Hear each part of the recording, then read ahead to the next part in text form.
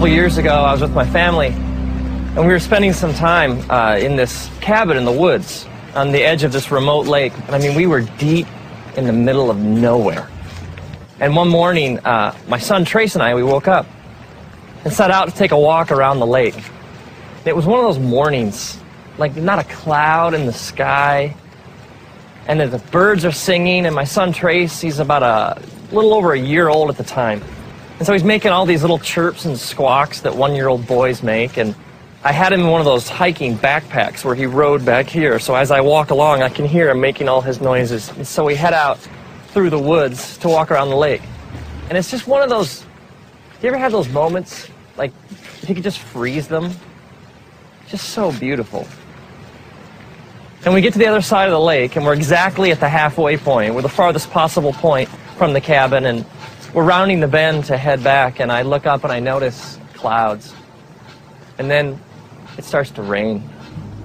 It always rains, doesn't it? It's interesting, because the scriptures say all sorts of things about rain and storms. When Jesus is teaching about what it means to live like the fullness of life in his kingdom, when Jesus speaks of it, he speaks of two different people.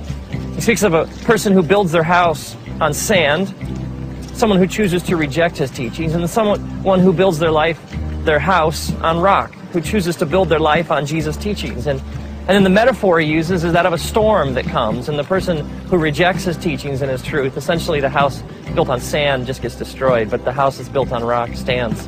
So this idea, Jesus says, when the rains come, it's not like they might, they do.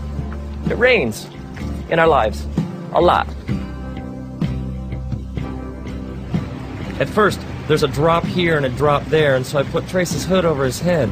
But what I didn't know was that he pulled it off. And so gradually the drops, they get bigger and bigger, and they fall faster and faster. And in no time, it is pouring. I mean, the kind of rain that just soaks, it plasters your hair against your head, and the kind that just drenches your clothing.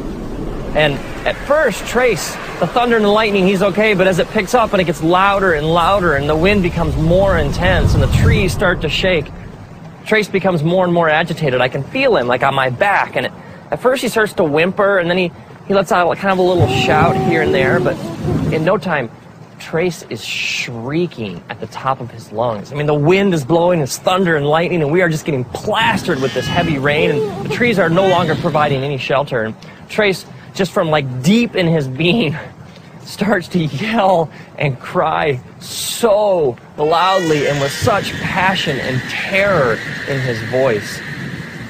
It's interesting, because if you take like the word cry and you search the scriptures, you find this word comes up over and over again. Like even the book of Psalms, just the book of Psalms, if you're like start reading through, it speaks over and over and over again of crying out to God.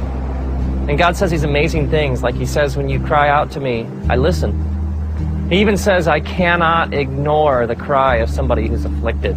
It's like if I'm hurting, lost, soaking wet, scared, confused, God says, you cry out and I hear. God even says that when you cry, he's close to the brokenhearted. He's close to those who cry out and admit they're scared, lost, soaking wet, and confused.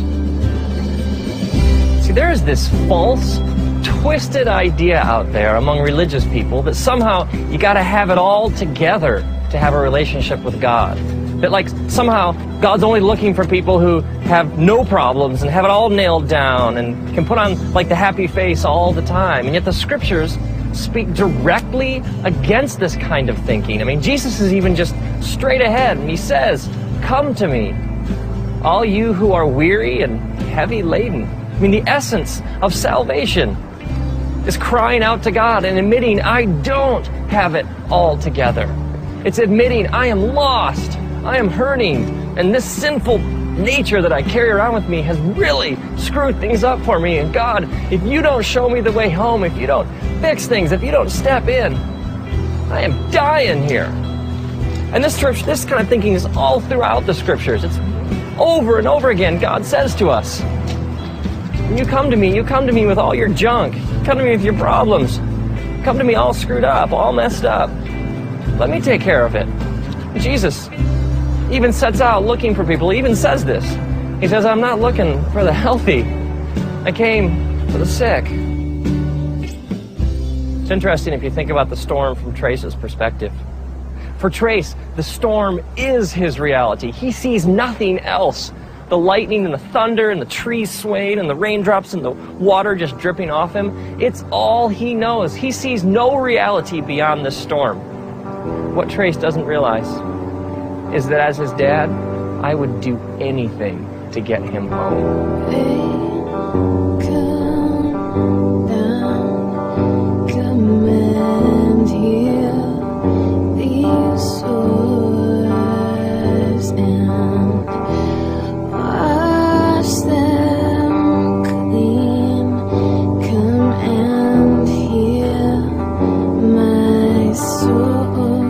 So at this point, Trace is shrieking at the top of his lungs in stereo right behind my head. And I stop, and I kneel down, and I take him out of the pack.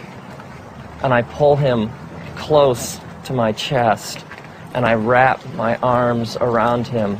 And I hold him so tightly up against my heart. And for the last mile of our walk, the entire time, I bend over and I whisper into his ear over and over again, I love you, buddy.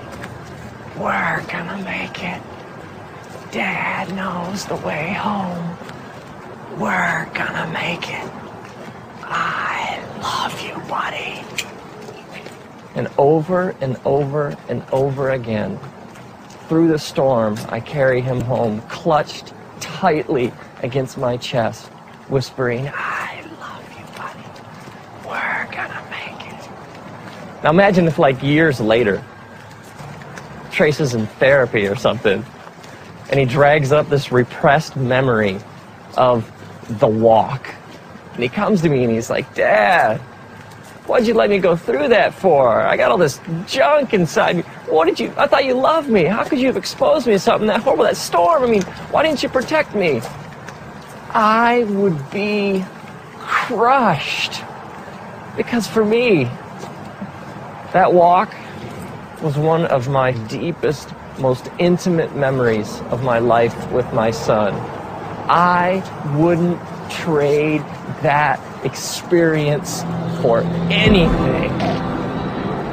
Maybe you're bitter, or you got all this anger inside because of some things you've been through, some storms in your life. And you're wondering, if he really loved me, if God really was there, he wouldn't have let me go through that. And maybe God is saying, no, man, don't you understand?